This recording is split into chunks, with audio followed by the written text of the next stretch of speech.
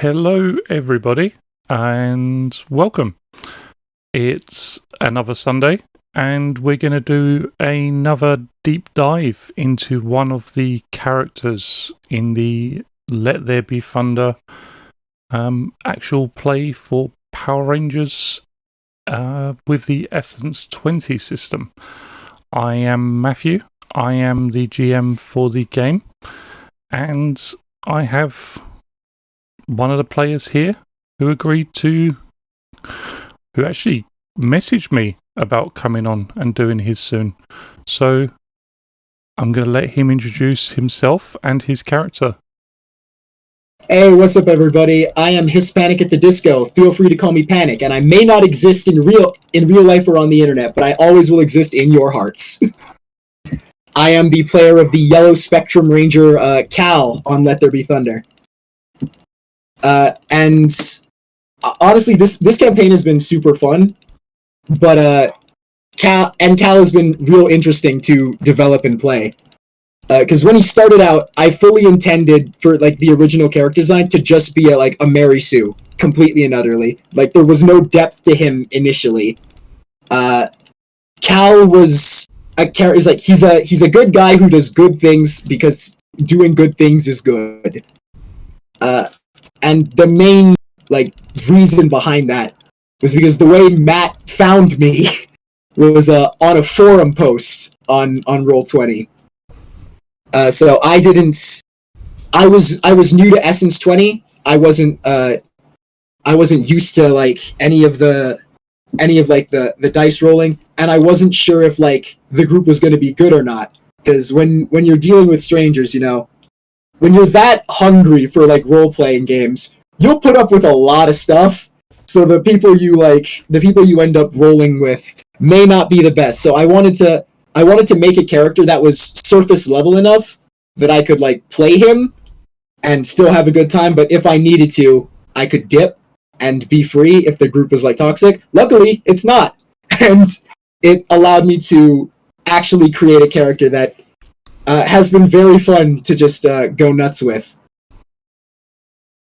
So, Cal's evolution, I think, started around the time we got in the volcano, right? Mount Aziz? Yeah, I think that's probably the biggest point for Cal, really, the turning point. Cal's... At that point, I was confident in okay, I want to stick with this group. I like these people. I enjoy playing here. Let's make this character a character.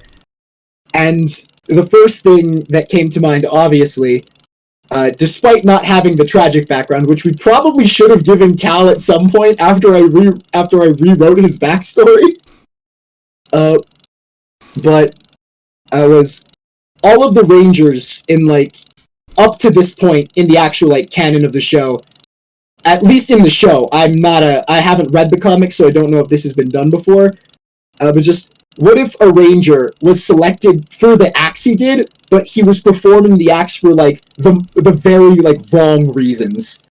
So Cal, I'm not gonna lie, kind of became a sociopath who performs good acts simply because that is what is expected of a good person in society. It was imprinted on him by the orphanage he was brought up in, that hey, good acts are looked favorably upon in society. You perform good acts, you will get more connections, and the world will look upon you favorably. And so he in his broken mindset thought, all right, guess that's what I'm doing then. I guess that's the socially correct thing to do, so that's what I will do. And he just went all in on that. And I think the reason that became possible is because of when I formulated the tragedy that would make Cal the person he was, I got my inspiration from a variety of different anime, because I'm sure, surprising no one, I am a massive weeb. So the characterization of Cal is he acts kind, but there is nothing behind the eyes. initially came from the main character of an anime called Fate Stay Night, in which the main character is a kind person. He is known at his school as like the brownie of the school because he's always like offering to help fix stuff.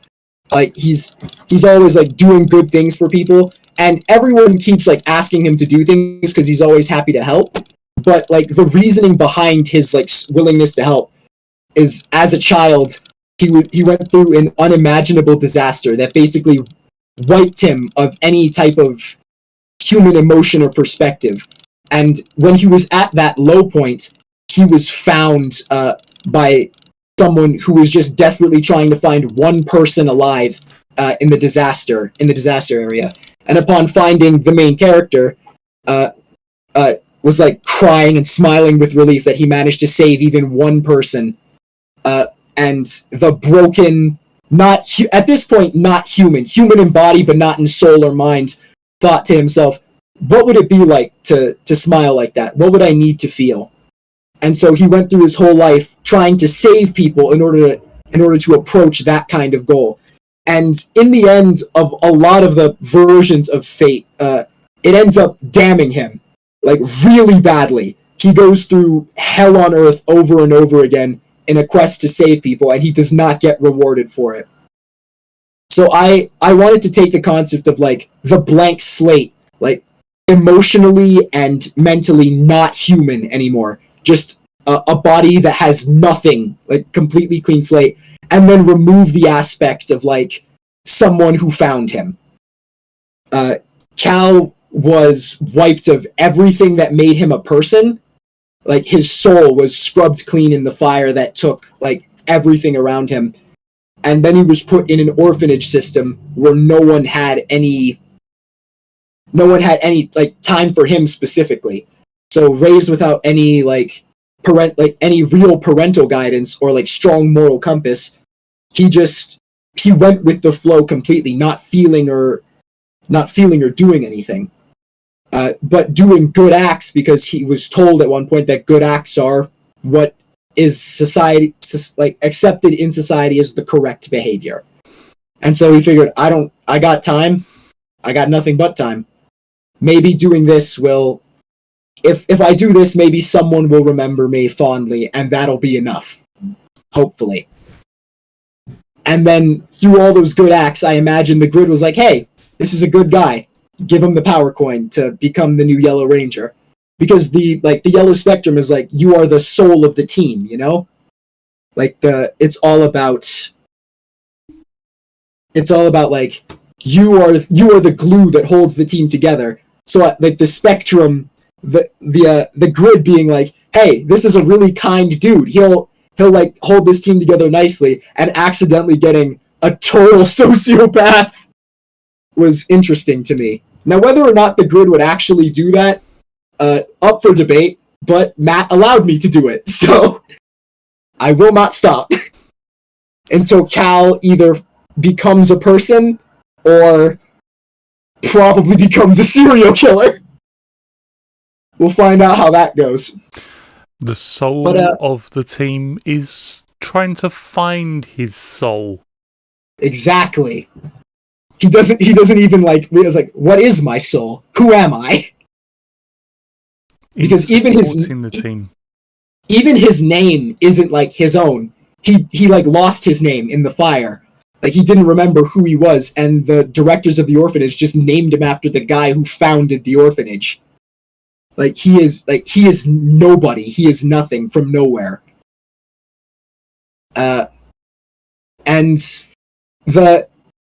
And Matt was gracious enough to let me use what was supposed to be like a one-off villain in Infernia and make it like the crux of Cal's like beginning, because Cal only has memories of the fire, and his memory of the fire he lives through every day. He remembers it every waking moment, and when he closes his eyes, he's back there. And so Crystal, like clear as crystal, he remembers Infernia being the one who started the fire. Like Infernia is the reason that he died as a human being. and became what he is, whatever that might be. And so taking a one-off villain and making it like not evil, but just a force of nature. You can't control them. Disaster will strike when disaster strikes. It's unavoidable and it just happens. And of course, it's not like going to be repentant about that. So Cal has, for the first time in his whole life, Cal feels like a hint of animosity towards something, anything. And because of how he hasn't felt anything for this long, any stimulus at all is euphoric. Negative feelings, positive feelings, sad, like whether he's sad, happy, angry, whatever, any type of feeling at all is incredible for him. The problem, of course, being he will then go out of his way to like chase that high. So like, I guess at this point it's kind of up to the team and the people around him to not only get the ideas like, hey, why is he doing all these good things? Or like look at him and realize that there's nothing in his eyes. It's like because I don't think I portray it well on camera because my resting face, I have chronic RBF. So like I always look slightly pissed even when I'm having a great time. But like my constant idea of Cal is that he's constantly like, slightly smiling. He's got like a little like sort of non-pulse, like he's happy to be here, but the eyes are dead. There's no life in his like the smile is there, but the eyes empty all of the time. Unless he is actively putting effort into like fooling people. So at that point it'd be up to the team. It's like, all right, if Cal needs to figure out what feelings are, we need to make sure that he gets enough of the happy ones so that he can then classify the bad ones as bad. Because right now it's all just stimulus. Any of it is good, and the more of it he gets, the better it is. So yeah, his whole quest to have fun and the realization that, hey, in the midst of a battle, I feel something. I don't know what that something is, but it's something, and I love that. I need to find out what that is, so I need to fight more often, which what led to his eventual vigilante phase as this Knight Rider. That's not his name. It's not his vigilante name. He will not respond to that, just so we're clear. It's one of many vigilante names. One of the many things that other people call him that he does not respond to. Because to him, it's not about I need to fight crime to keep the city safe. It's I need to hit things. I need to hit people in order to understand what I feel when I hit things. And criminals are like easy. Because if you start assaulting civilians, like random people, more people are up in arms. You got more people on your back. The cops are looking for you. Detectives are after you. And if you evade them long enough, you'll probably get some really big, important people after you. Hell, you may even have to square up with the Power Rangers if you become enough of a problem. That would be awkward. But if you're beating up criminals, I mean, Batman logic, right? The cops don't like him, but he's not hurting. He's hurting people who are actively trying to hurt others. So there's like some slack given.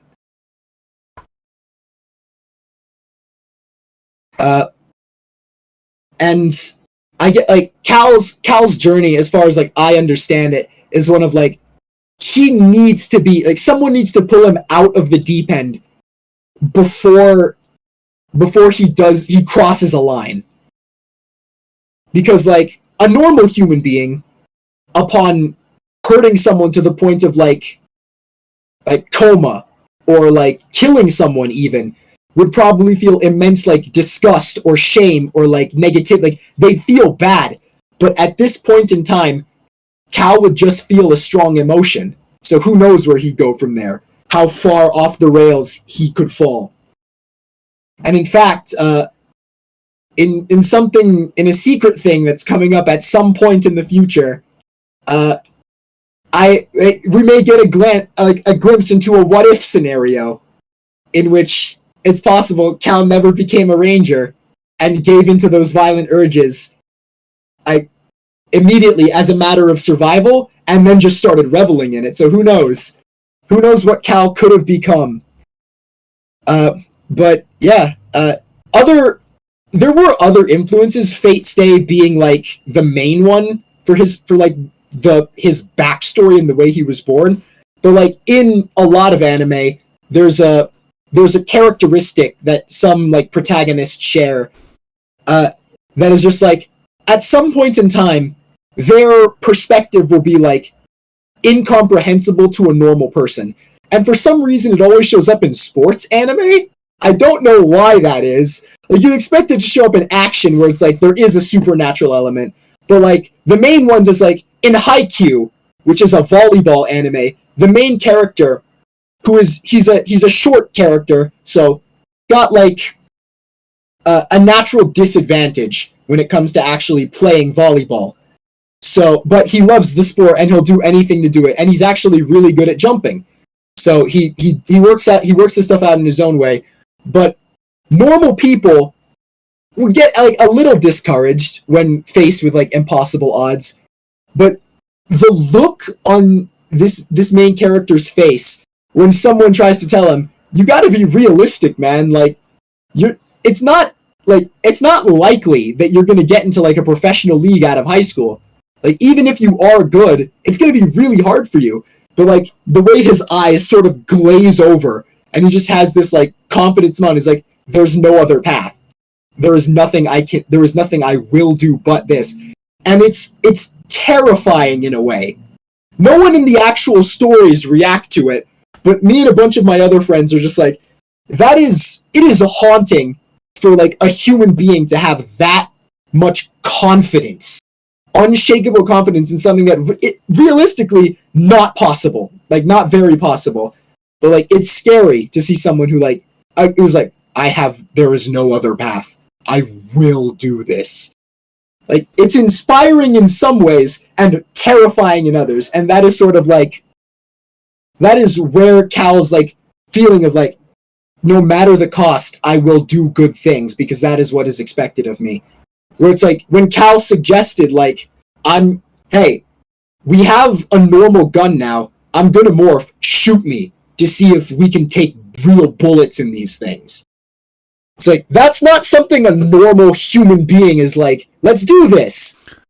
Or like when Hugh, as the leader of the team, is like, we're trusting Lightspeed, remove your mask. And Cal, high off of some kind of painkiller or like drug for previous injuries, like just breaks the helmet instead of taking it off and like fucks up his face. It's like, none of these things are normal. And the other characters react is, what the hell are you doing? And Cal's like responsive, like, what? This is what he asked, isn't it? I did the thing. It's like, the fact that he doesn't understand what's wrong is what's wrong. And that is what I love about the portrayal of Cal. But like, I love that Peter's like, Peter the character is like getting used, like trying to like integrate Cal, and like it's like, I'm gonna be your friend, we're gonna train together, we're gonna fight each other, and it's gonna be awesome. Like, that's one way to get like the positive stimuli out of it. So it's like Peter's on the right path, getting this man to become a human. And I don't think since it happened there's been any progress on it, but I feel like Dana Mitchell attempting to get to know Cal is like, even if the romantic angle doesn't work out or doesn't even start to flourish, anybody who starts to get to know Cal will probably, like, unless I roll really good on my deception checks, which I have the ability to, but we know the dice will betray me at any opportunity. Look at all my science checks, which should have been fine, and were all garbage. We'll like start to realize there is something wrong with this guy, and he needs help. He's not okay. I promise. And honestly, Infernia being in his head makes him worse, and I'm here for it. Because again, she's a force of nature. She's not like, she doesn't have human sensibilities. She doesn't have the same, oh, there's something wrong with this guy and she needs help. She just sees someone who is like doesn't feel anything. He's like, well, I'm going to get you to feel something. And most of the time, it's bad.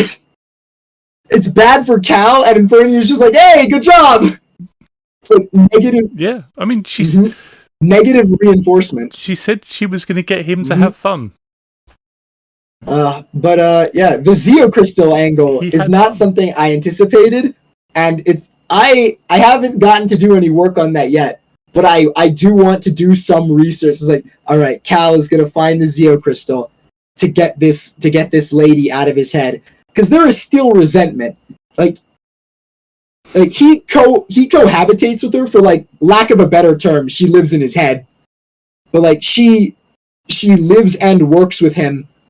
He lives and works with her for like, out of the fact that it's like, well, I can't get you out, so I may as well use this to an advantage. But like, yeah, if he can get her out of his head, he absolutely would. Because she makes Cal feel bad things. And despite the fact that feeling is feeling, it's just like, how can you ever like trust the person who is what, like, the burden of ruining you is 100% on their shoulders, and they won't even apologize. So yeah, that's incredible. I love their relationship. I love what we've done with that, and it's spontaneously evolved. I mean, Michael points out something. I would love it if Infernia could give me like edge on things, just from having two heads are better than one, even if one head is inside the other head. Yep, just like edge on culture's checks or things. Although something I want to talk about, that like it's not going to come to fruition because we like you and I have taken it in a different direction. I would have loved, like, when we first got the idea, it's like, okay, Infernia is in your head. Initially, there was also the idea of collecting other elementals, and Cal gets all of them in his head, and that was cool. But the thing I was really hoping is that as Cal came to terms with like what happened to him, and like the hellfire that like he lives in every day in his mind, I was like, if at some point that, through like his acceptance of what happened and his bond with Infernia, resulted in like his attacks actually having like fire to them, that would have been cool. But we've changed for that, and Infernia is now way bigger than we all thought she would be. Because at first it was just like, this is the lava elemental, and now it's like, no, this is the primordial spirit of Earth. This is our Zeo manifestation, which is also way cool. And I can't wait to see where that goes. Who knows? But yeah, Cal getting Fire Fist would be hilarious, honestly. This could be quite interesting. But yeah, Cal is just fun. I have been forced to play a lot of nice characters, or like good characters, so it's fun to play one who actively does not care about good or evil. He defeats the monsters because they're the monsters. And because, gotta get aggression out some way. May as well lot. Do it this way. It's like my fist itches for combat. He's almost like Ryu from Street Fighter. And like, I need to figure out what this fight meant, but more leaning on the evil Ryu side, where it's like, I'm just here to fight, and if I'm gonna fight, I'm gonna win. But yeah, Cal is great. Not what I expected when I first made him. Like his original like Mary Sue nature of just like, I'm the good guy, I'm here to help. Now no longer is anywhere close to his to his current like mental state, and I love that for him. Yeah, as Michael says, these hands for everyone. Anyone can get this. man, woman, child, monster, alien, demon. Doesn't matter who it is, someone's getting punched and kicked in the nuts. Just an episode where I never. Honestly, that was a one-off. That was supposed to be a one-off, but it was just so funny. The idea of like, because again, in the Mary Sue behavior, Cal had like basic self-defense training, but it only went as far as like the best way to fight an enemy, like especially if they are male-leaning, is to kick them in the nuts. That's the most debilitating strike you can do. Like that is how you crush anyone. Any male figured person, swift kick to the nuts, and I guarantee they'll go down. So it's just like Cal's self-defense is like the quickest way to end this scenario and protect everyone around me, just running the balls, and it just kept being good. I think it definitely helped that I'm not sure if it was Michael or Peter, or even Michael and Peter. A bit of column A, a little bit of column B. There was a lot of support for that particular tactic. Yeah.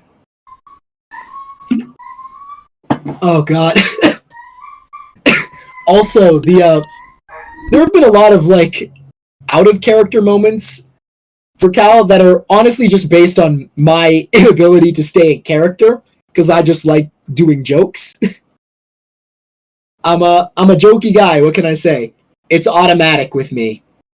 Like that time I Hakkai'd a street shark, just because Michael was like, hey, you gotta Hakkai this guy. And I was like, you're right, I absolutely do. Finger flick to the head in a language Cal does not speak, for an anime Cal has not watched, because Cal does not watch TV. Completely out of character, one of my favorite moments. That poor shark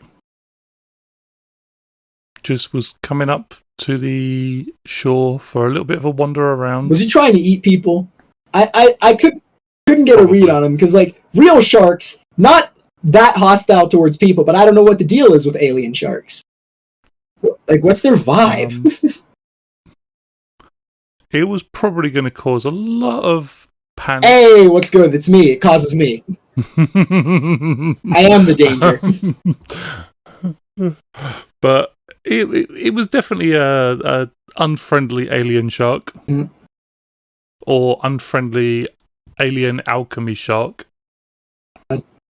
Oh yeah. Something else Cal has been and will be continued to be known for is doing basically whatever other people say as a method to like end the interaction as quickly as possible. So when like Cal is like getting ready to go to the beach and that episode opens and he's like, Cal is sitting in like a tiny like lawn chair on the beach in a Hawaiian shirt and like board shorts with glasses on. It's like, that's not, Cal doesn't wear that. He had to buy that outfit because Infernia suggested that to him. And it's just, she'd been doing her research. And it was just like, well, if you say so, if this will get you off my back for 5 minutes. And like, it probably results in a lot of humorous things, but it all just draws back to like Cal's nature of like, this will make you feel like we have a positive rapport. And I can use that. And in that sense, the perk he has of like, I know a guy, becomes a lot more sinister. Because he no longer knows these people due to like friendly reasons. It's because I've done something for you and you feel like you owe me. And I'm going to abuse that maliciously. If only I could roll above a 12 on a D20 and a D6. Truly, it couldn't be easier. And yet, I think the last 4 in a row, I've beefed so hard. I think on average, it's like a 14. Mm-hmm. I've succeeded, I think, twice on I Know a Guy. And way back in the early episodes. One of them was really early. The other one, funnily enough, like was a crit. I remember that. I remember the first I know a guy was the introduction of Claydoyus Pete, which was crazy. I like, because I don't know if you had Claydoyus Pete planned as a character.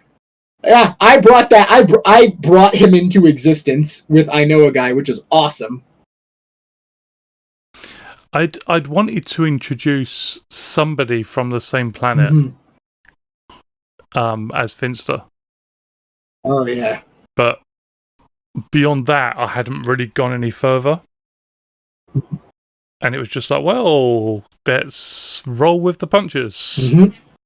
And now we have everyone's favorite science teacher, King of the Rumba Beat. They call him Claydoyus Pete. King of the Rumba Beat. That was it has been surprising, though in hindsight maybe it shouldn't have been, how integral music has become, at least to us as players, for this campaign. Of course there's Sarah, who is a performer, so it's like obviously music's going to be a big part, but like Q and J have the like that Spotify playlist, or I guess Apple playlist, since you guys are Apple subscribers mostly. I think it's an Apple playlist in originality before it became Spotify. That's interesting. I'm not sure where it started, to be honest. But yeah, just, and you, like, anyone making a character for any type of role-playing game will at some point be like, all right, now what is this person's song? And you think about a lot of them, and then the more you think about them, the more every song, it's sort of a situation like when you have a hammer, everything looks like a nail. It's like when you're having a good time, every song seems appropriate, even when they're very much not. I do feel like another song gets added, at least one more song gets added maybe not every episode, but like every episode arc, because generally like 2 episodes kind of finishes an arc. And let's be real, this table cannot go anywhere without making at least 4 song references and 1 Yu-Gi-Oh reference. Yeah. And I'm not mad at it. I wish I had a Yu-Gi-Oh card next to me. I mean, look, we always got to put 1 card face down and end the turn. Especially if we can't do anything else. I got magic. By the way, while I've got you here, I do have a question. Because I have extra attack, can I triple strike attack twice in a turn? Because I was reading over it. You cannot triple strike twice in a turn. And I wanted to... Why is that? Because there's nothing in the descriptions. It just says it uses an attack action. Yes, there's a section... Other than the obvious about being really stupid for a character to be able to attack 6 times in 1 turn at level, what, 4? 1 second. Yeah, aside from the obvious, why can't I triple strike attack twice? It probably is a balance element. Because, yeah, no. Any character in any RPG attacking 6 times in 1 turn is ridiculous. I'm trying to remember where it is, if it's referenced in the actual core rulebook or if it's in the PDF. Not in the PDF, if it's in the facts. So bear with me a second. But yeah, also, one of my other favorite bits for Cal is this sweater, the fun guy sweater that Sophie got for Cal, that I bought in real life for bit purposes. It's genuinely one of the comfiest things I own. I wear this thing all the time now. In fact, the fact that I'm wearing it now is not a continuation of a bit. It's just I was like, I have not slept today and I will not sleep today. What's something comfy and warm I can wear? Because it's cold here. And I was just like, this is the comfiest thing I have. So it's great. I love that.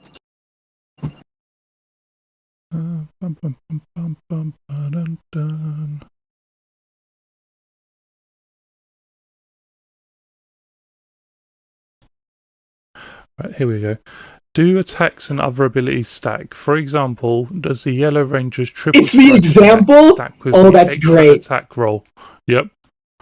And they just were like, no, please don't do that.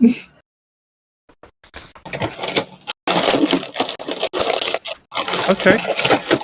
Is there nothing that says he can't?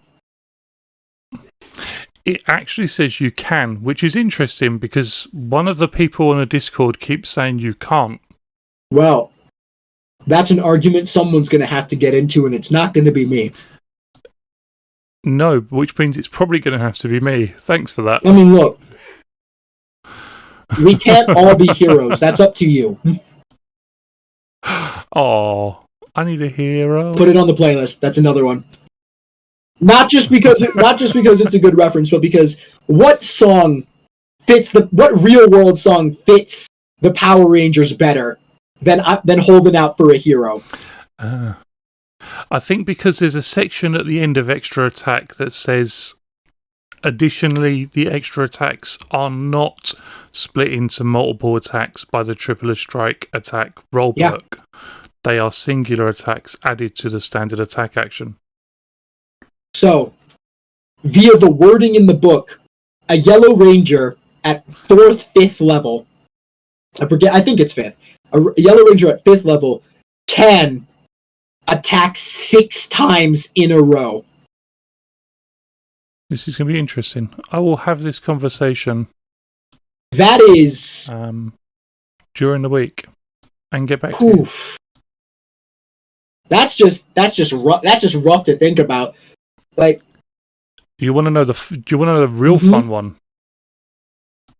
So you can. It is at a later level because Whirlwind Strike. Yeah. But Whirlwind Strike allows you to attack everything adjacent to you. So in theory, if you had 8 things adjacent to you, you could pay a power. You Whirlwind Strike twice. You could Whirlwind Strike with a finesse attack, and then with one of the attacks in the Whirlwind Strike, you could triple strike attack. Holy crap. Yeah. So that's 10 attacks. In one turn. By one character. In one action. By one character. Ugh. As someone who is just learning how to become a game master for multiple systems, that hurts me inside. So I can only imagine what it does to you. I'm not going to lie. There was the yes, with movement in between as well, because I have the ability to move every time I actually land a hit if I want to. So actually, and you've also got the, if there were 6 putties that were set like 10 feet apart each in a 60-foot line, if I rolled good, I could actually kill all 6 of them and move 60 feet without using my movement action. And then, of course, because I took what I feel is the best grid power, because it is free, 90 movement jump. Seriously, someone fix that. Because I love it as is, but, like, the balance is wrong. You're a Power Ranger. 800 Tenga. Fly, little 800 Tenga? I feel like a max level Yellow Ranger could do that. Could solo 800 Tenga. If we gave you... Make me a level 20 Yellow Spectrum, and I'll show you how quick 800 Tenga die. So, real talk. Michael, who plays Peter, was having a slight complaint about me throwing Goldar at you guys. Again. Because Goldar's a bit tough. But the Yellow Ranger gets another really cool ability. I need to double check what level they get that at. It's called Exploit Weakness. I think that's next level. At level That's 7. next level for us. Yep. So you have to make a difficulty 14 alertness skill check. And if you're successful, you and your teammates ignore... ignore a buff. Like Oof. a really heavy plate, metal breastplate armor that somebody's wearing, which would make a certain blue gorilla-y flying monkey creature a little. Don't worry, Peter. Don't worry, Peter. Cal will solo Goldar for you by exploiting weakness and then attacking 6 times consecutively. It makes it significantly easier. Yeah. And at level By 15, the way, it just ignores exploit weakness gets everything. All armor? Everything that buffs that particular creature. Oh, one particular stat. Okay. No, not one particular stat. The whole bar. Everything. Oh, man. So if they had buffs to toughness, to willpower, to damage resistance, all of it's gone. All of it is gone. Just, nope. We're going to ignore that. I'd whistle if I could. Yep. Yellow Ranger. I do love the Yellow Ranger. I've had so much fun with it. Not to say I can't wait to play Pink. Stay tuned for that stuff. Yeah. Because from what I've seen, Pink is yellow but with firearms. Pretty much. And what can I say? I'm American, baby. Like, God bless the red, white, and blue. Pew pew ka-choo. I like that. Pew pew ka-choo. I am the walrus. But imagine the walrus has 2 miniguns. Speaking of the yellow spectrum, what has been your favourite sort of part of it? I mean, triple strike attack has been great. I do often fail to hit, which is rough, but it does against the Sharks where I actually nailed 3 in a row. It really shows you. It's like when I think Peter asked hey, at max damage, how much damage can you do in 1 round? And I looked at the triple strike attack. I was like, well, assuming I crit, I can deal 6 damage in 1 turn. Yep. And that number, obviously, when I got extra attack, doubled. So at max, if I crit every time and hit, that's 12 damage by myself. And which is not insignificant. It's not. And so one of the things I did with the Zeo powers, and obviously we've had our own conversation about Cal's Zeo power, but one of the things I did about Zeo powers was trying to overcome some of the things that the characters were having problems with. So changing that damage into electric damage gives you an upshift to your attacks. Oh, it does? Interesting. Yep. I did not realize that. Awesome. So it makes your attacks obviously more likely to hit. How unfortunate that I immediately saw that power and immediately thought to myself, cool, he's never going to use that when he's morphed. I know.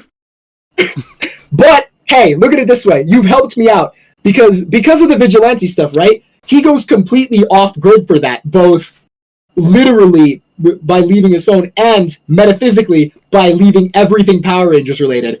So that electric boost is actually still giving me a D6 to hit because I no longer have my supercharge essence because I'm not morphed when doing that. So it's still going to get some great use. Maybe not in the area you thought it would, but it's cool, right? Yes, indeed. And who knows what the future holds and whether or not people are able to help him. Yeah.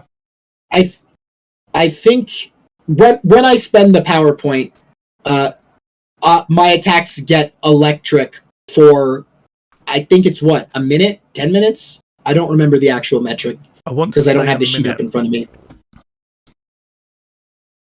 Let's have a quick look. I mean, I remember that that Q also has some sort of electric damage with his Zeo power. So it's actually 30 seconds, 5 rounds. 30 seconds, 5 rounds. Heck yeah.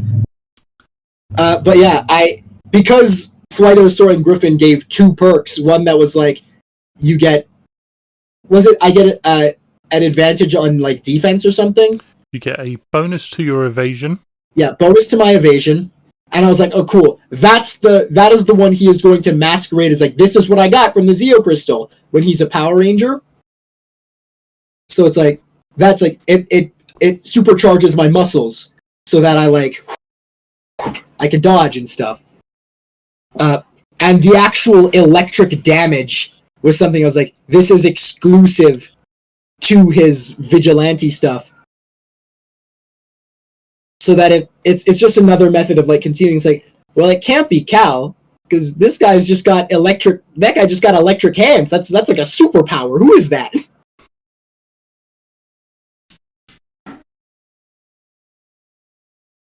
It's very, very fun. It's going to be now. Unfortunately, the thing is, I as a resource guy, I'm a resource hoarder. I don't like using points if I think I can save them for later. Hey, we're the same, birds of a feather. But so when I see I've got 4 power points and I see all these cool abilities that all cost 1, I'm like, I can save that. I can save that for something that actually matters. Which is, it's just I gotta train myself out of that. Because I should be spending that. Not all the time, obviously. Like, I wouldn't spend it in a fight against Tengas. But, like, I see the big bad of the session, and I'm like, all right, let's start burning through things one after the other. Definitely. Throw those points down. If you're surrounded, obviously not at the moment, but when you have Whirlwind Strike, definitely throw that out. Even now, like, if I'm surrounded, I'm going to throw out a TSP. And just, definitely. It's just a good idea. Yep. And you can always jump 90 foot to just be like, surrounded. Bye. I think because there are no attacks of opportunity in this game. Nope. Which is really interesting. And sometimes I'm like, man, I wish I could, but most of the time I like it a lot. But yeah, the 90 foot, the thing I really want out of the 90 foot jump, honestly, is its verticality. Its ability to cross distances is cool. I want to jump up a building and wreck someone who didn't know I was there. Like, you know, one of those moments where the villain is looking down on the heroes from like a tall building? Yeah, I want to just be able to be up there. Because, like, I did the math. 90 feet is like an 8-story building. That is really tall. I will give you your moment. I will bear this in mind. Yeah, because, like, especially when you think, like, how tall are our Zords? Because our Zords are only huge. 90 foot tall. Not off the top of my head.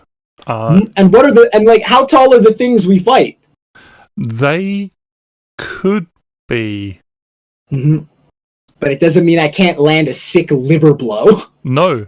Jump up there and so, like, that's another thing I've been thinking of. Because, like, there's a lot of really good, like, perks, you know? I'd be lying if I said I didn't look at Giant Slayer. Yep. It's like, I thought about it. Have I gone too far? I might have gone too far in the book. Would Cal punch the villain on top of the building or yoink them down? It would depend on the scenario. Yoinking them down is super funny. The idea of do a grapple and just kind of like, come on. Yeah, no. Though I think because of the way I am and the way I want Cal to be, I think it would be like a rider kick. Like at a common, like he'd like jump into like a flying kick to like hit the enemy like onto their ass on the roof and like land on the roof and be like, you thought you could escape. That's another thing I want to do to a Tenga eventually. When the last Tenga starts to run, nothing personnel kid teleports behind you, but it's just me jumping 90 feet into the air. So most of the things that are grown that you fight are between 30 and 50 foot tall. Your Zords are between 15 and 30 foot tall. You can jump over one of the grown threats. Giant Slayer just keeps looking more... Just like, wee punch. Because Zords take a minute. Zords take a while. So I'm just sitting here thinking to myself, what if I don't even need the sword? Or better yet, because I got my Zord to have an upshift on its own like driving skill, it's not terrible at operating itself. All I'm saying is a tag team between Mini Cal and the humanoid Griffin Thunderzord. That would be pretty ballin', I think. Cal just doesn't want to get up in that cockpit anymore. No, Cal's okay with the cockpit. It's actually the Griffin Zord. The Griffin Zord hates it when Cal drives him. Just like, I really hope.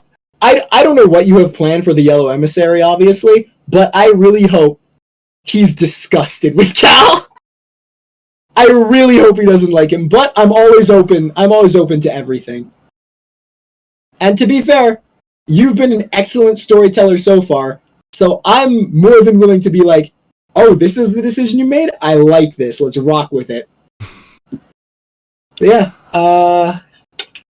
trying to think of other stuff specific to Cal that like I could talk about here that like most of the time I would leave like behind the scenes or just talk about with you one-on-one. It's like, what's another behind the scenes thing I can bring up about Cal the person? Cal learned to cook, and the reason Cal is such a good cook, that's just me slipping into the character. I love cooking. My dad taught me to cook and has been teaching me to cook since I was a tiny kid, and I love it. I love making food. I love eating, and I like the idea of a character I play sharing that with me, just a way to like embody that part of it, being that more into role playing the character. But in canon of the world, the reason Cal learned to cook is because when he was discovering, hey, good things are good in society, he learned to cook for the other children in the orphanage. And over time, he just got really good at it. He's probably had a part-time job at a couple restaurants by now. I like turning sort of whatever food they had in the orphanage available into meals. Mm-hmm. Oh, the magic milkshake. Yeah.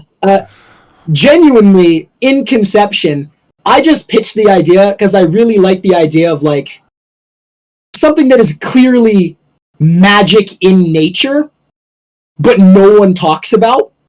So the idea of like, here, have this milkshake, and the milkshake does not follow either Euclidean geometry or proper like color spectrum theory.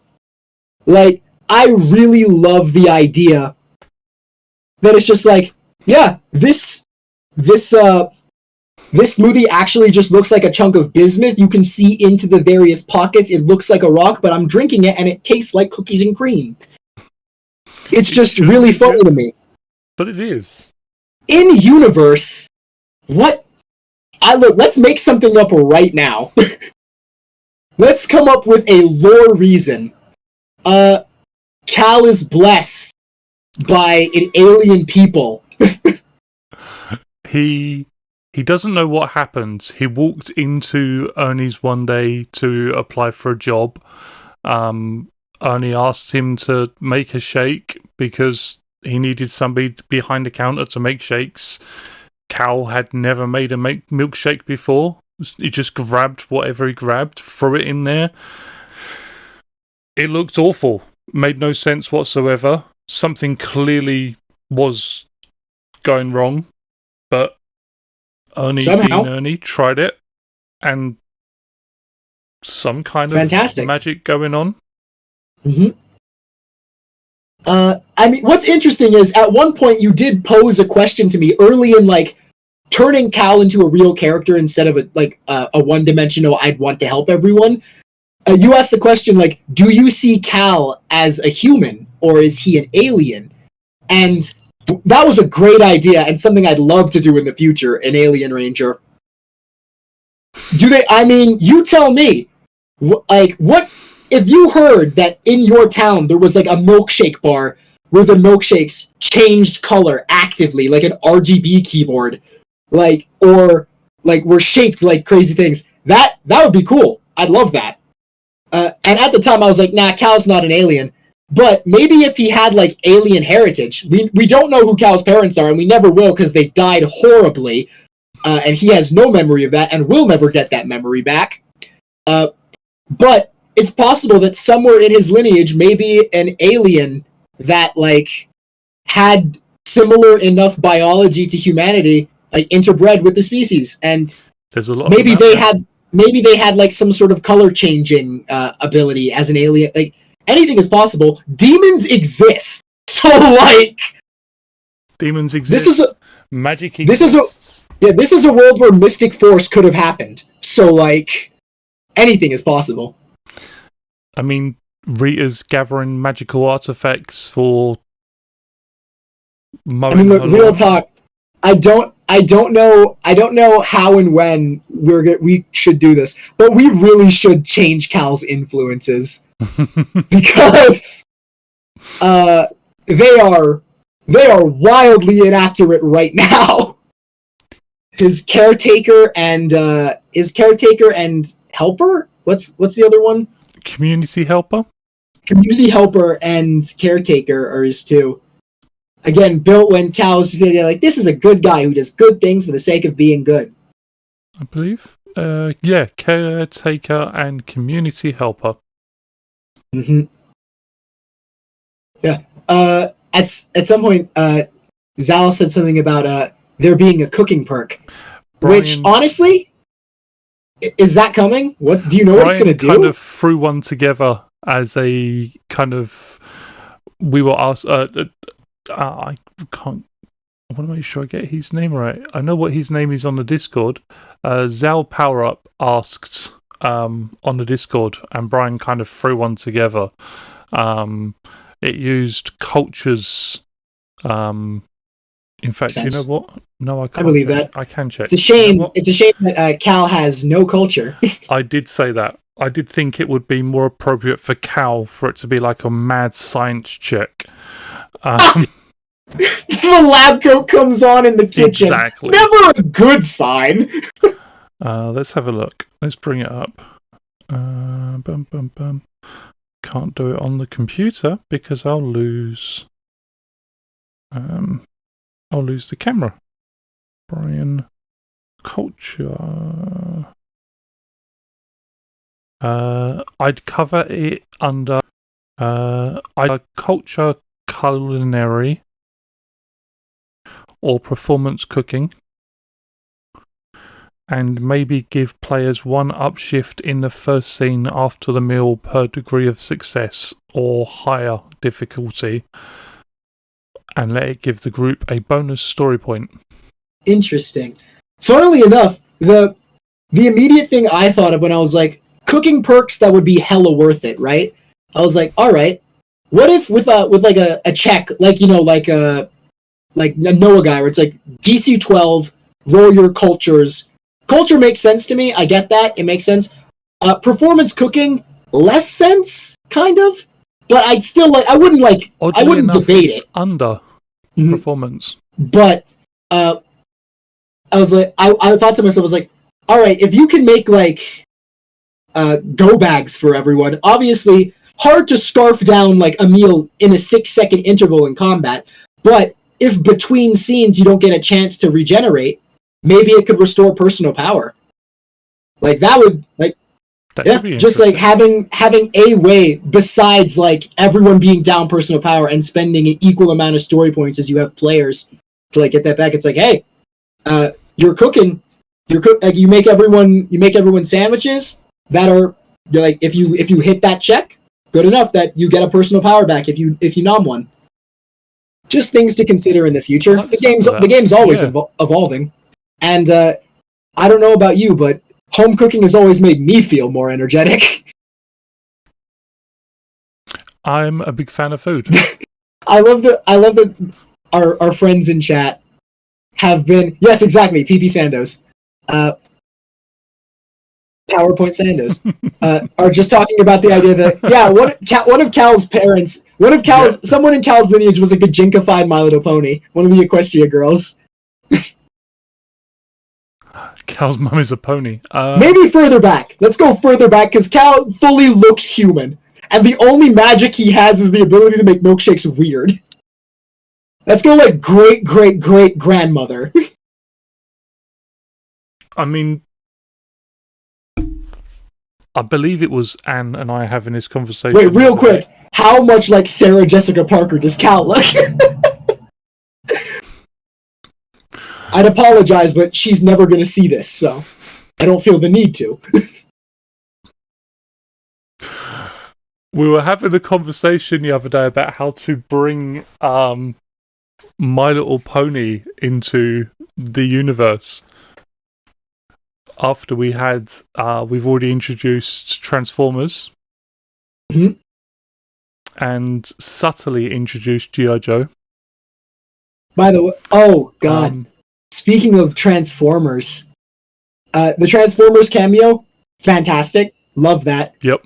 It automatically led me to the thought, it's like, alright, so clearly what I want to do more than anything in the world is have a Zord fight where I am in my Zord, and I am like tag team wrestling with a Transformer, and we're beating the hell out of someone, whether it's an alien that's my adversary or a Decepticon that's theirs. We are like, I'm talking arm bars, suplexes, drop kicks. He's on the top ropes, except the top rope is another building. So the potential is endless. And yes, Davy Jones show, G.I. Joe is in this universe, and it has been hinted at. And it's not just the fact that the mentor perk from G.I. Joe is crazy good, and that all of us kinda want it.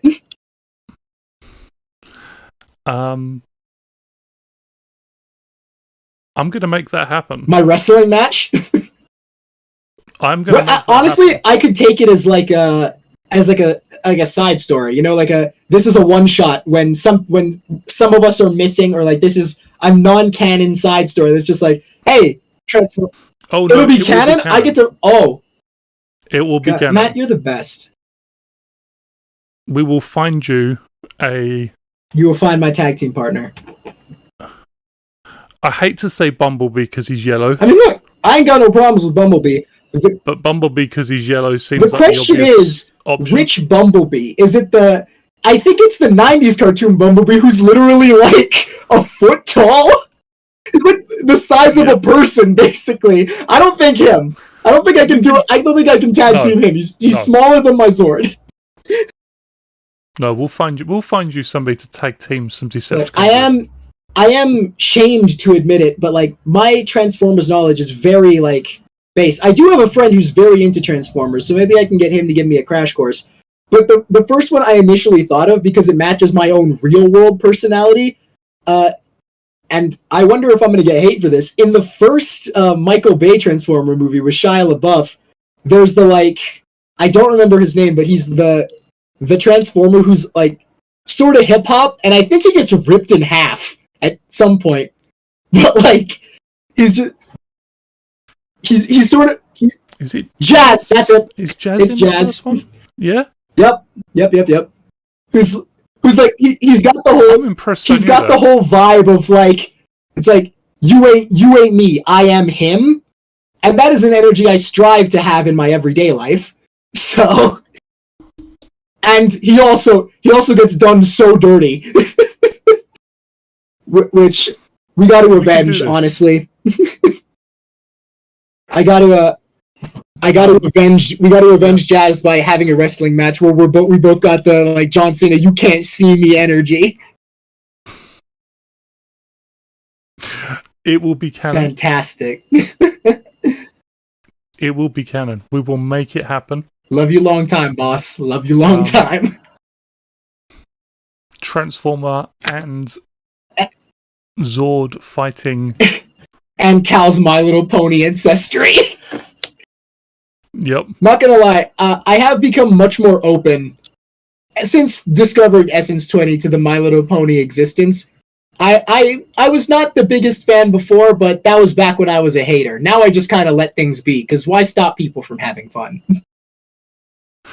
I will put my hand up and admit that after the Renegade Game Studios RenCon, like, it feels like a month ago, but I think it was only like 2 weeks ago.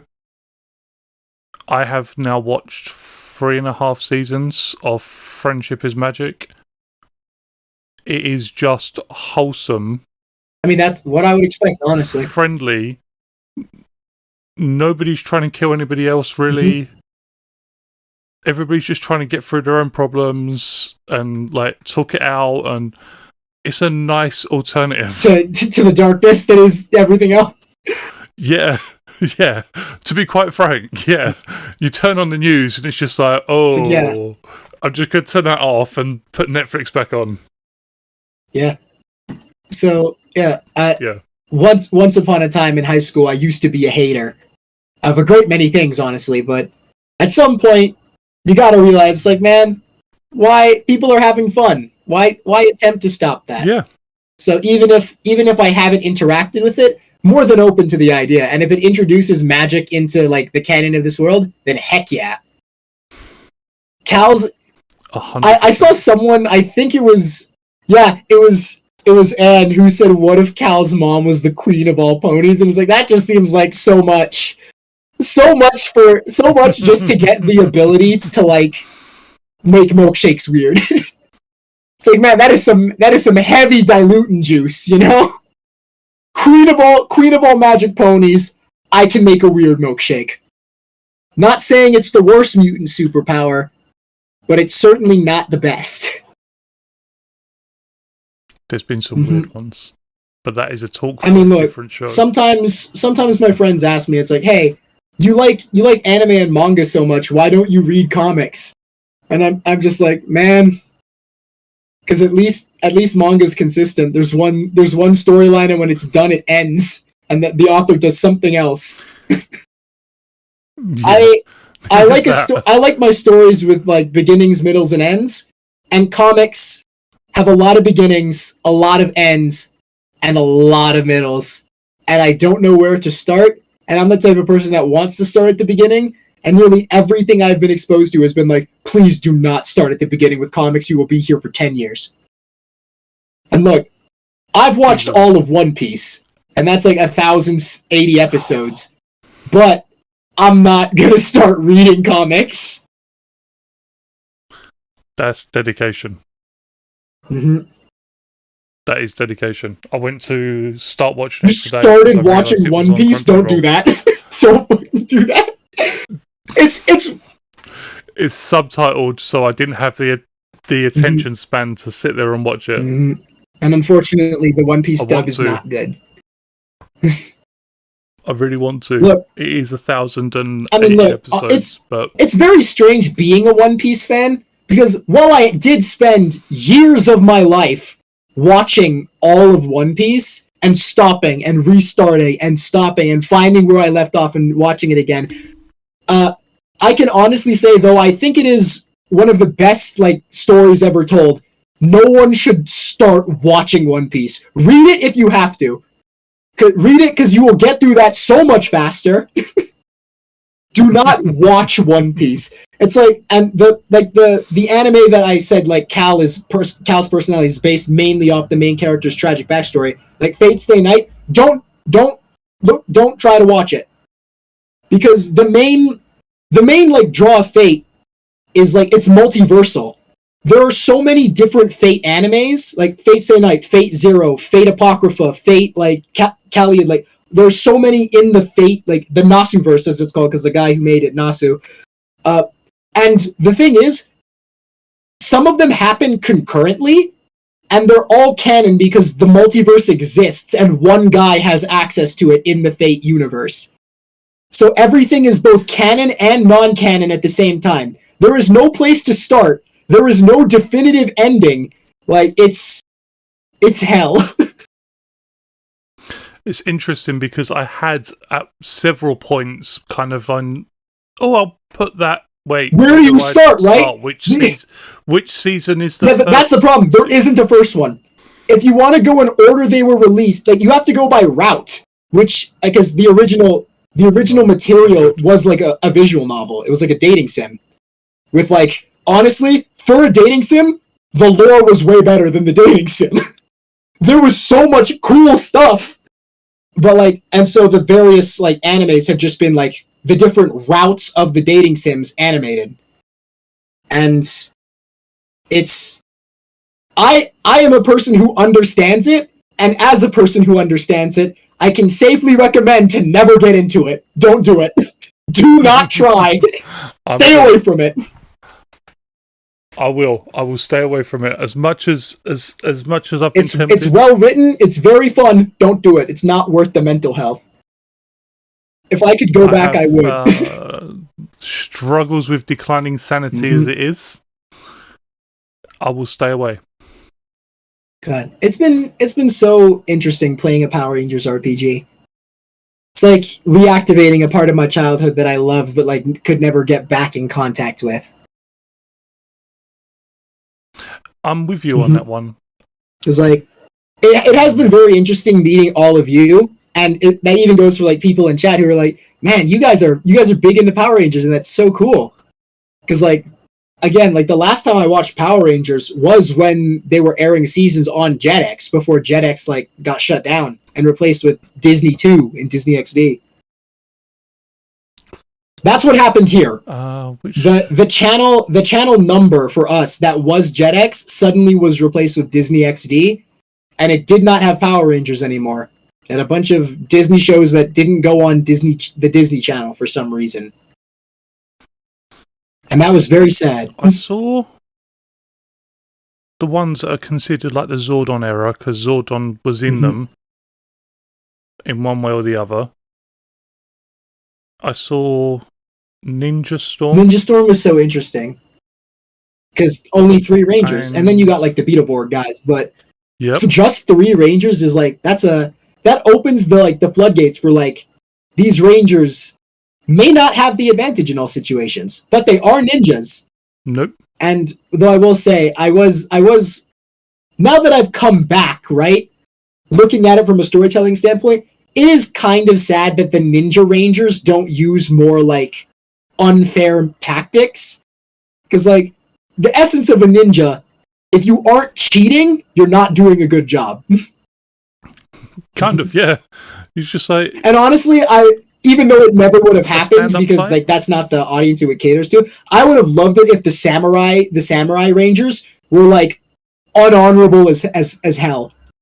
Because like the samurai, the real samurai's whole like shtick was like, we serve our lord, like we will do anything to ensure the victory of our lord. And a lot of times that meant being a complete jerk to everyone and everything.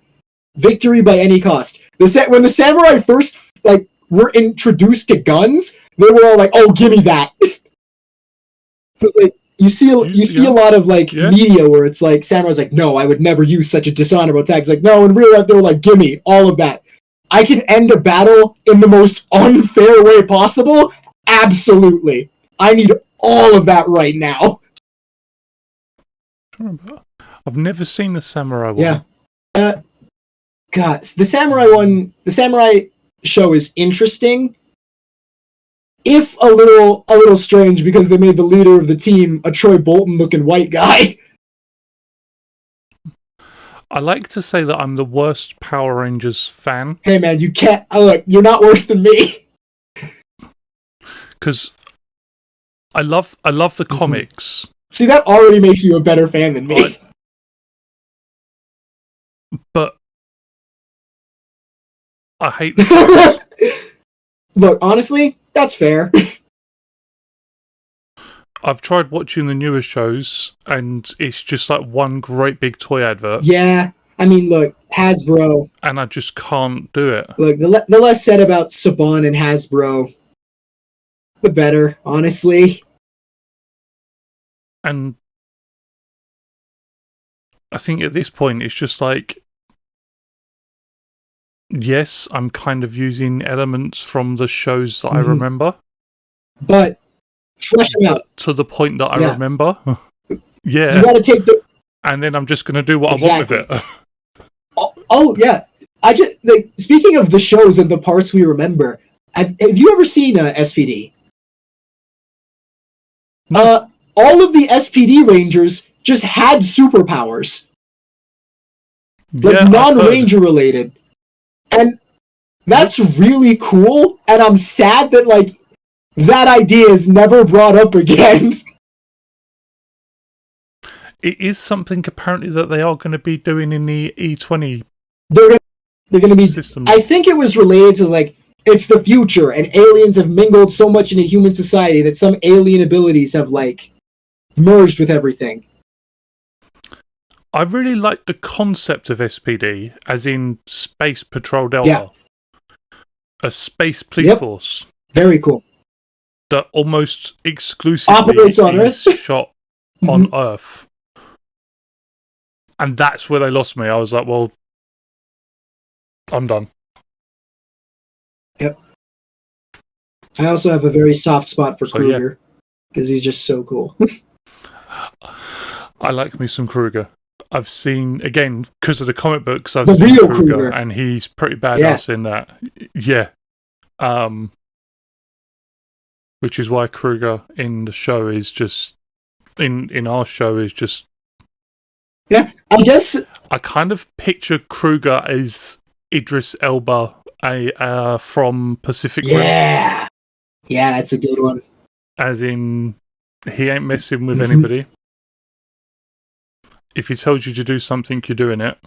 And if you don't, he's kicking you off the planet. For real. Physically, if he needs to. I mean, look, you know he stays strapped. Like, he got that... When you say he's got that dog in him, like, you can see it. It's right there. He's the dog. He got that dog in that fight. Yeah. Also, the theme song for SPD bangs like hard. It's got one guitar lick in it that, like, I don't know. It does something to me. I'm a guitar guy. I'd have to look it up after this. I know that the entire show is on YouTube because they uploaded it all up on YouTube. Yeah, when growing up, I watched, like, the middle, the ones that, like, didn't really connect to each other very much. I think the closest I got to the original Mighty Morphin before I went back and watched Mighty Morphin was Dino Thunder, because Tommy was in that one.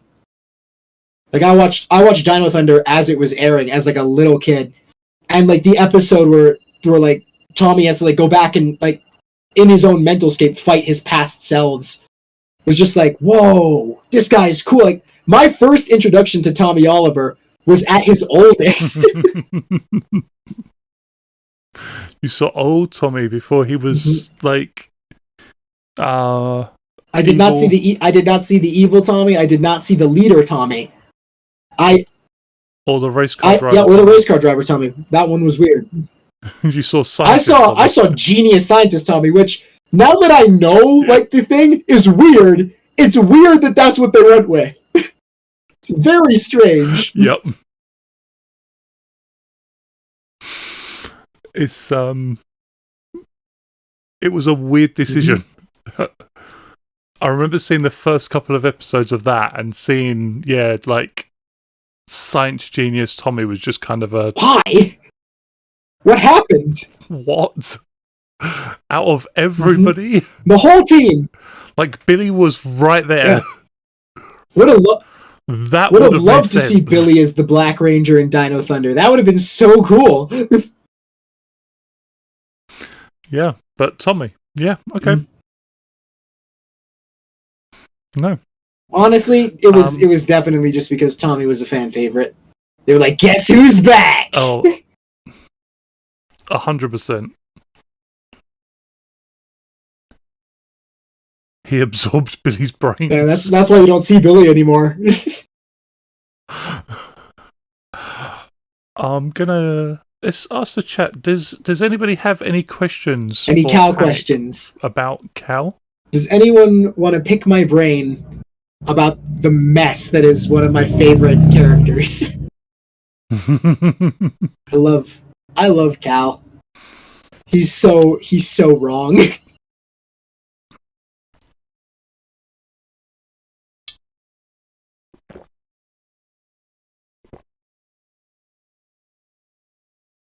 Does Cal like pineapple on pizza? Earth is the Australia of the Does game. Cal like pineapple on pizza? I'm gonna say his taste is based off of mine, so yes. That is a good answer. Why Cal do? I mean, I don't know. Why do any of us do? What? Why not? Why Cal do? Because he can. Because just like me, Cal can be really nice with it. What is Cal's favorite thing Cal's to cook? favorite thing to cook. I'm gonna say, empanadas. He loves making empanadas. I like eating empanadas. I mean, who doesn't? Truly. How many new things over the suit coming up soon? I don't know what that means. How about that Infernia? On Cal's end, hard no. Cal does not like her. If Cal could fight anyone opening from any of the series, who would it be and why? Fight anyone.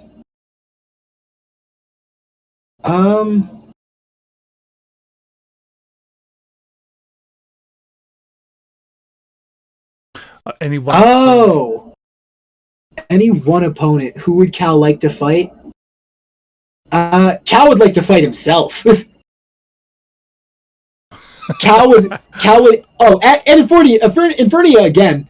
If he could just beat the crap out of Infernia a second time, he'd be very happy about that. But I feel like Cal would be like, the best way to feel anything is if I could get double the information.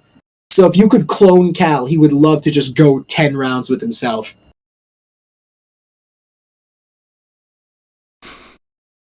Any new things with the swim trunks? I don't look. Cal's outfits. I have described Cal's fashion sense as like dad kinda. Like very utility based. Like he's got the fanny pack like slung in front of his like on his chest. He wears cargo pants, not the shorts, not a shorts guy, but like he's got like all the pockets in the pants. Like he likes like breezy jackets and stuff. Oh, from the TV series, who would Cal like to fight? Oh God, now I got to think about enemies from the TV series. Who would Cal like to fight? Off the top of your head, how many were there? Any volcano-based enemies, even if they were one-offs? Just any like fire-related things sparked something hostile in Cal. There was a fire demon. Yeah. In Lightspeed, the first episodes of Lightspeed, which was just they actually reused the suit from Psycho Red. Oh, interesting. That's cool. That's some good trivia. So you could argue Psycho Red as well. Oh, looked. I know it didn't come from the show, but that fire Psycho Red, like the elemental monster from like the Q in space, like the Curse of Fire guy. Love to go with him. Love to go rounds with him. Oh yeah, he's definitely not coming back ever again. I mean, look, let's just say Cal calls dibs. I know we have a whole color thing going on, but Cal calls dibs. Cal calls dibs. Moltor, Dark Spectre, the version of Dark Spectre in the turbo. Yeah, give me all of them. I'm not sure we're allowed to. Well, we are, but I'm not sure they're allowed to use the version of Dark Spectre in the Turbo movies. The movies are a grey area. To answer Jay's question of he's Portland chic, yes. Portland chic with a flip phone from 2007. Jay also says, "Get in line, girl." But in regards to what? I'm thinking which of the Psycho Ranger. Oh, he's telling me to get in line for trying to fight the red one. Look, look, man. Calco, he sees fire. I'm swinging. And like the funniest thing about that is if I had to describe Cal like as like an because he's a person in shape but not in body, like not in soul, you know, not in like what matters, like his internals. I would say Cal is like I would describe Cal as like kindling. Like he is like a pile of dry grass, leaves, and twigs. And every time like he hits something, right? Every time he like gets that burst of emotion, it's like striking a match in damp weather. Like it does not light, but there are like you can get sparks. And one day he's gonna hit something enough, and that spark is gonna catch him on fire, and he is gonna burn.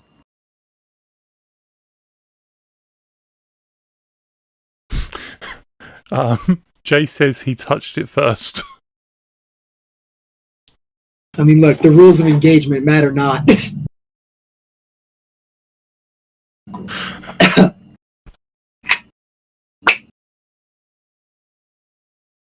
I'm sorry, that's just so childish. It's like, I live exactly. I was about to say, it's like Cal and Q are in front of like the Psycho Rangers in their elemental monster forms, and like Cal just like licks the red one. You want him now? Yeah. Yep, that's exactly what it feels like. I mean, hey, Disco is part of my full name, so yeah, Disco Inferno.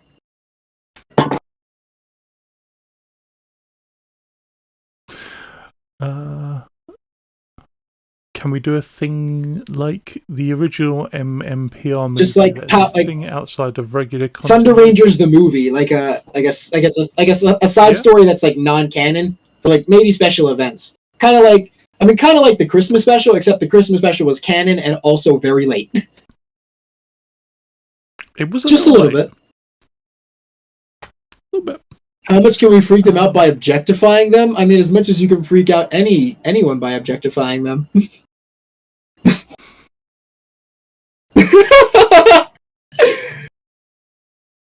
Puts your head in your hands. Just rubbing my head and just being Put your head in your hands as I suddenly make this a hot button political episode.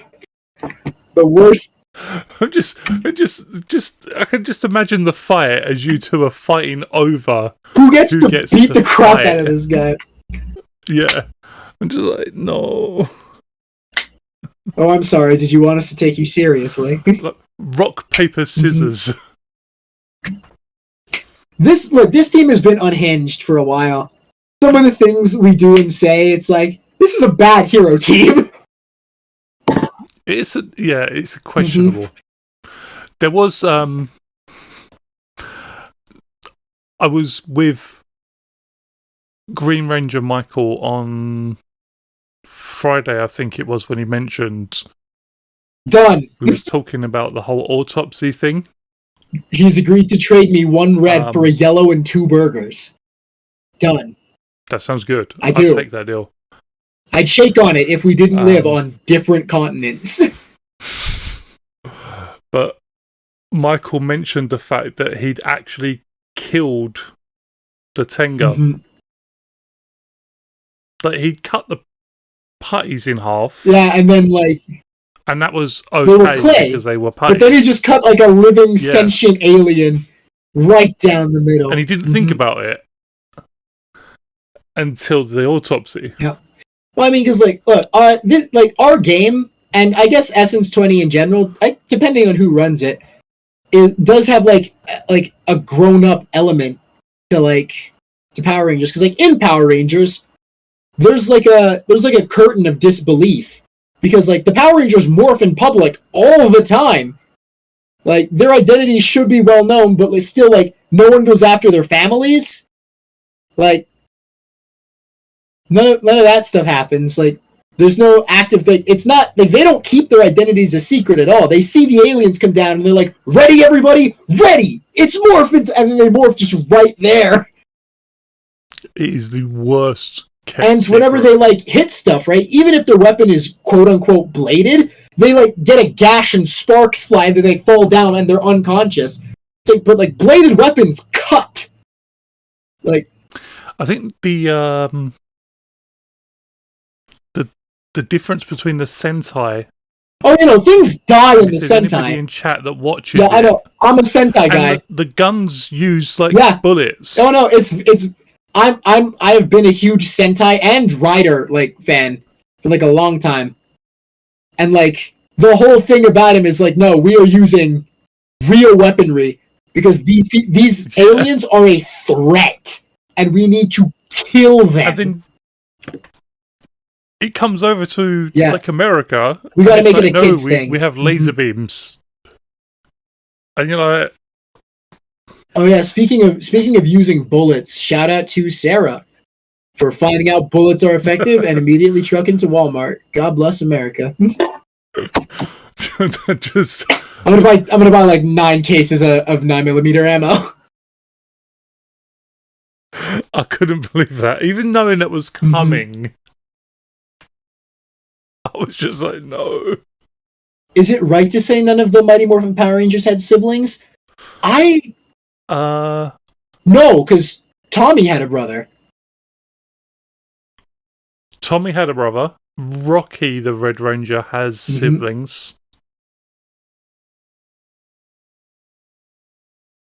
Rocky the Red Ranger has like 4 little brothers and sisters. So it's like there is that curtain of like, I guess you could call it respect, at least in the show. I don't know, but you guys showed me some messed up stuff that happens in the comics.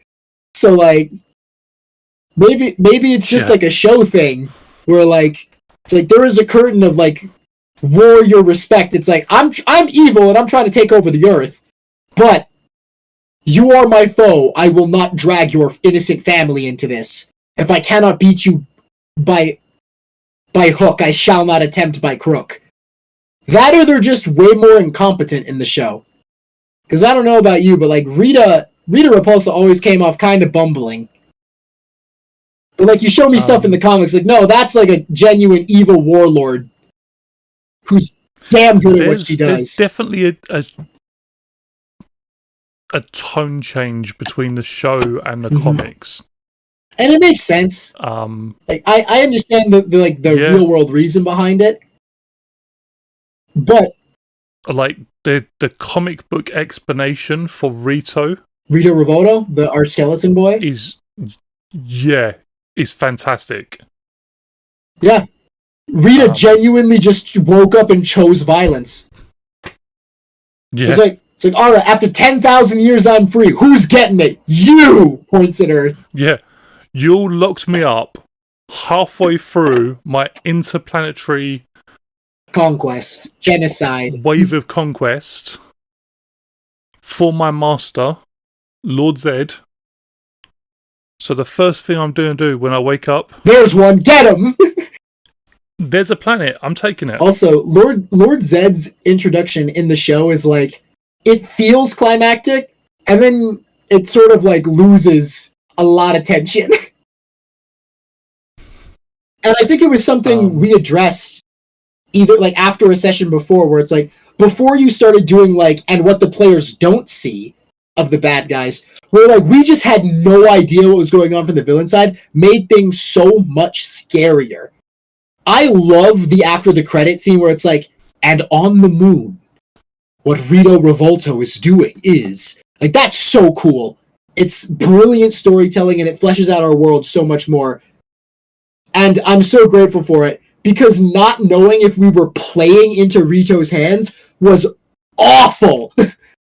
I was like, is he 10 steps ahead of us?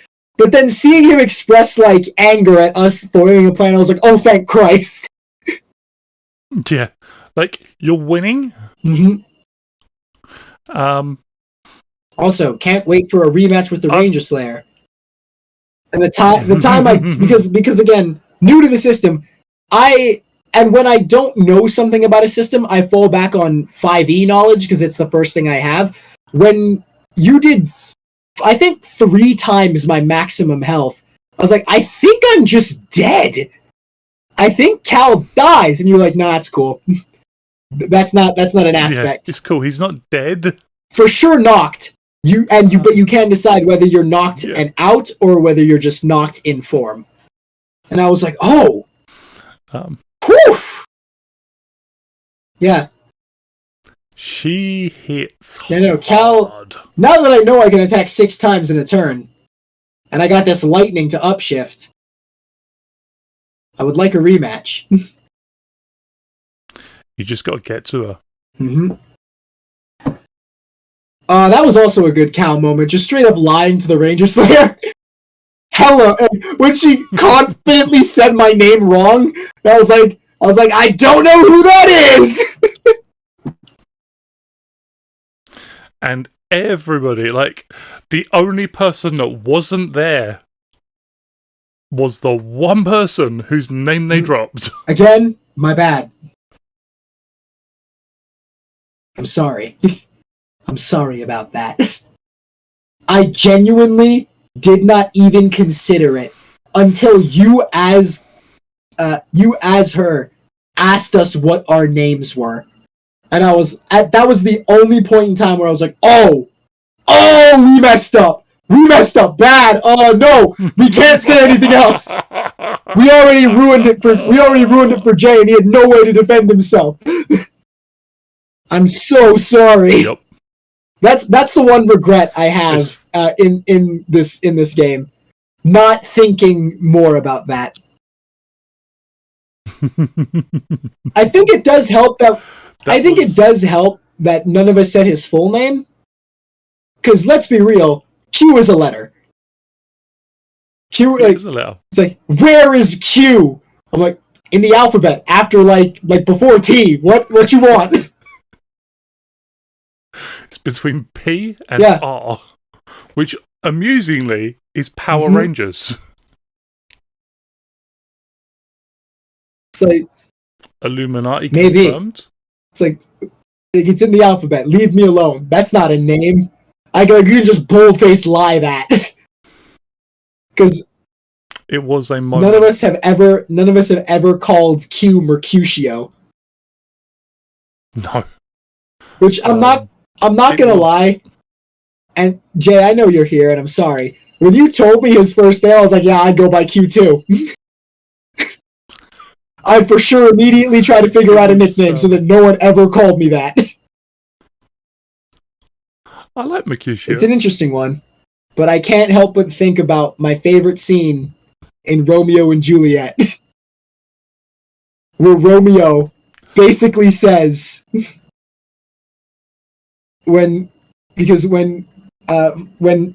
Romeo is like, hey, my best friend, I had the craziest dream last night. And this man immediately interrupts with, I had a dream too, and in my dream, I found out that dreams are full of shit. He's like, we didn't even let him start. He was just like, I had a dream that dreamers often lie. It's like, what? I didn't even get to say anything about my dream. It's just the most, it's the most best friend thing I've ever, seen in, old times. Like, yeah, those two are friends, for sure. Not listening, just roasting someone on arrival. 100%. Oh god, I would love to see I would love to see Cal try to exchange banter. When someone, probably Peter, honestly, at the rate he's going. Don't want to put any stress on you, Michael. Do what you want. Do what your character would do, obviously. But at the rate it is, Peter will be the first one to like gain like the interest of Cal in the sense of like you are more than you are actually a friend and not just like a coworker. But like at that point, like Cal is gonna start trying to exchange banter, and I'm not gonna lie. At first, it's just gonna be mean. Like Cal's gonna like look up what like friendly like ribbing is, and he's not gonna understand it, and he's just gonna be like, it's like yes, I do not like you. It's like you are an embarrassment to be around, and it's like just like raw straight delivery, no inflection. Like it's like, wait, are you being serious? Like, it's like, no, I thought this was what ribbing was. Yeah, is that not? Now you insult me harshly. That's how friendship works, right? Just.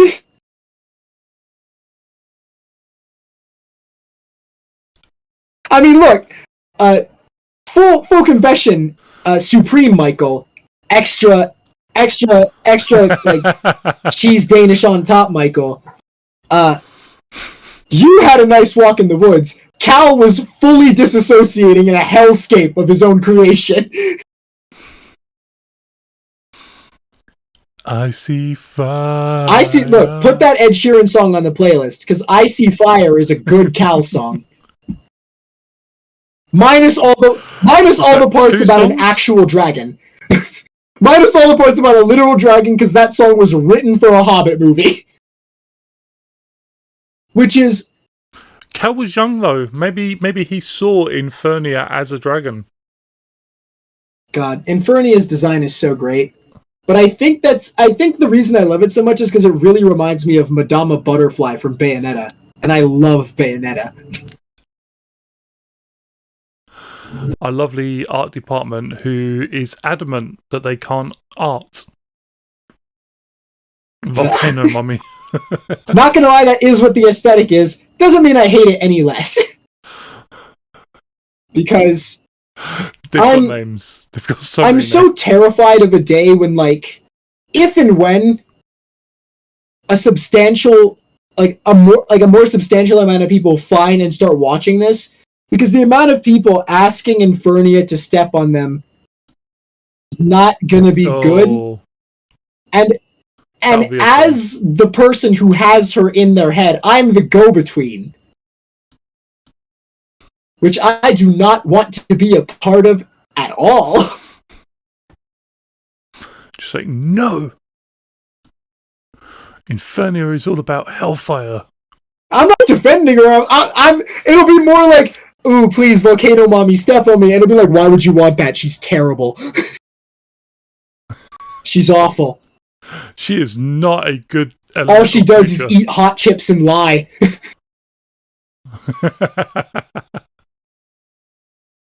God. Poor woman. If Infernia had a social media account, Cal would not understand it. Cal just being like, these people have no taste. And that's coming from me. The guy with literally no taste.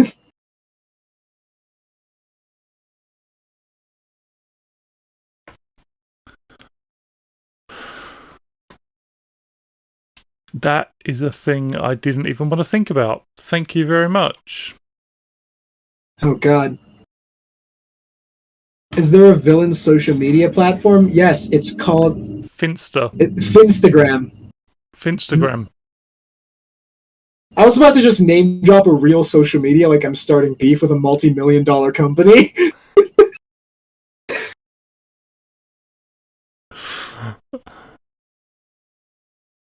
Oh God, I would love to see like a Rita Repulsa with like with like a selfie, and in the background is like Zed's like crap putties losing in episode 1 to brand new Rangers. It's like, lol, these yours, lol, and it's just, and like it's like, first of all, like they just get into it like it's like a twit longer. Just an argument back and forth. This is why you need Finster, and Finster's just like sitting there in his little underground making millions, truly. Is Finster the kind of guy who would trade crypto? I feel like he is. Probably. The real important question.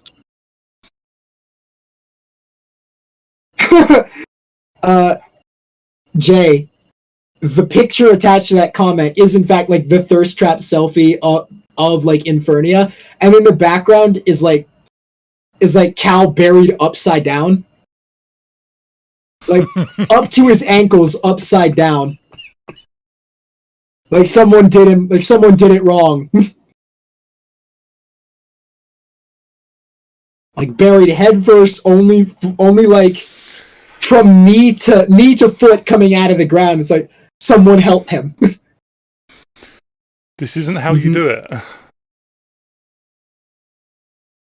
The downtime of these characters has been very fun, and downtime is something that I love to experience and talk about, because it allows for character growth more than the action scenes, you know? Because like the action, and that goes for like any TTRPG.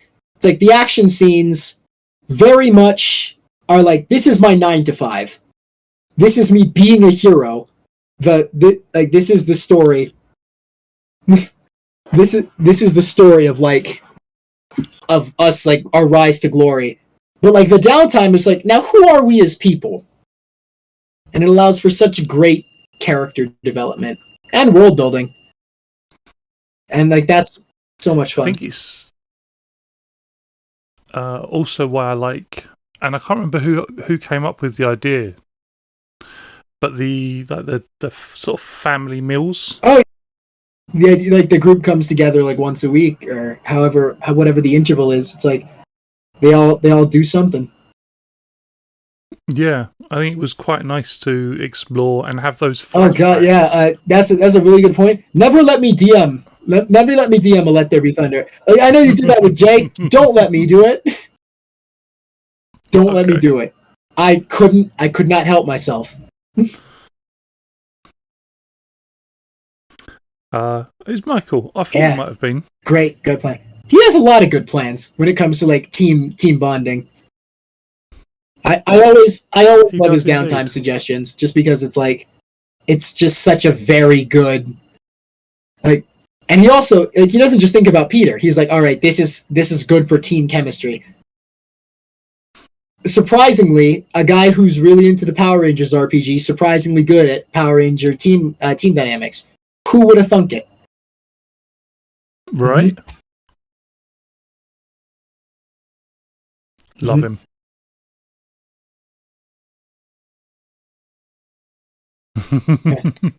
Whilst Q was spacing and like the solo episodes when Q was in space, just very, very fun to develop all of the characters.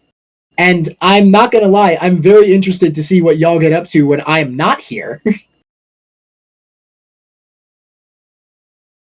Me too. Yeah, but I think we've gone for an hour and 40. I think that's good. We have indeed. Granted, it wasn't all about Cal, but I said what I needed to say about him. It was quite interesting, sort of seeing not only Cal develop, but the conversation develop. Yeah. Yeah. His eyebrows did grow back very fast. Which is crazy, because I don't know if you knew this. Your eyebrows are the thing that take the longest on the body. They're gone to grow back. I don't know if he's worn it on. Oh yeah, screen. no, I think the last 2 weeks he's had it on. The green beanie with the eyebrows on it. With his yep. Right. It was lovely to hear about Cal's development and get some ideas as well. Yeah. about where you'd like to see Cal go forward, I'm definitely going to include that Zord Autobot team up. Oh, look, I mean, because that sounds fantastic, and it is going to be in awesome. canon. Oh yeah, the last thing I want to pitch. Then this is for me, and like not. This isn't like Cal would do this naturally. This is me, the human. Panic. Hi, how you doing? I would love this to happen. The incorporation of actual wrestling moves in like fighting, something I am in love with, especially in Sentai, because like that's the kind of ridiculous area where it's like a suplex can actually do real damage instead of being a stage move. Yeah. So that's like as Cal develops, I'm going to specify it's like wrestling moves with finesse and stuff, and it's gonna be very 100%. Fun. Oh, I know I said one more thing, but I forgot to pitch this, and I wanted to do it on stream because I didn't want it to fade away. You know how when you finish like you drop an enemy down to the last of their health, like you get to decide how it dies. Mm-hmm. Like one of the ideas I had would it be okay if like as the deciding factor, it's like, hey, I know I got the finishing blow, but can my finishing blow be a team up move with one of my teammates? It's like I alley and then they dunk it, especially in situations like. Because you can never control who gets the final hit, right? But I think we all agree that Peter has to finish Goldar. It would be so narratively unsatisfying if that didn't happen. So I just... Especially in combat where, like, in the same round the things have happened. Because it's that same 6 seconds. Yeah. So there's always an opportunity for like cool team up moves, because that's like 100%.